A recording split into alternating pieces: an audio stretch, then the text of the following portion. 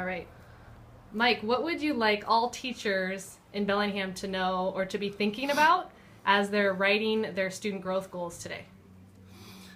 Okay, so the first thing is that a student growth goal needs to connect to one of the outcomes or more of the outcomes that we have in our Bellingham Promise. And a lot of those outcomes are trying to grow aspects of our students that are really difficult to measure. So for example, if you're working on helping kids develop leadership skills or collaboration skills, right?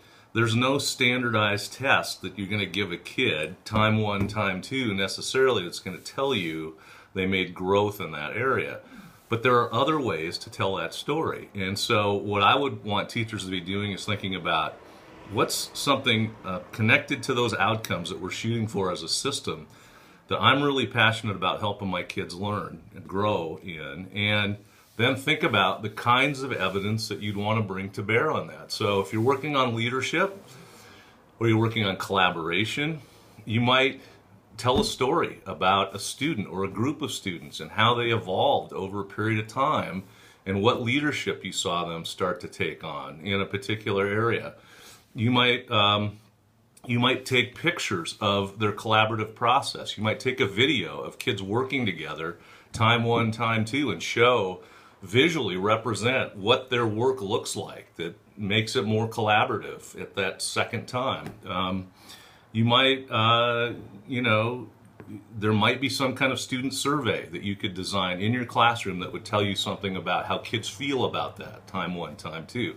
So what I want to do is let's let go of the notion that we need standardized tests to tell us whether kids are growing all the time.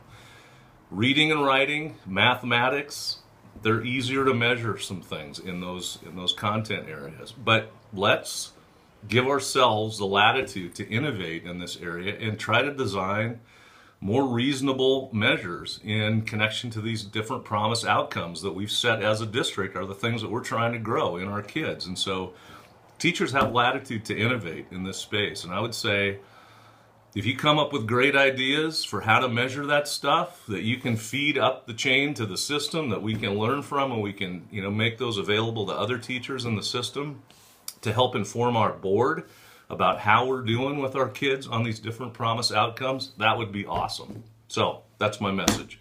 Open the barn door wide on the student growth measures and try to connect to the promise outcomes.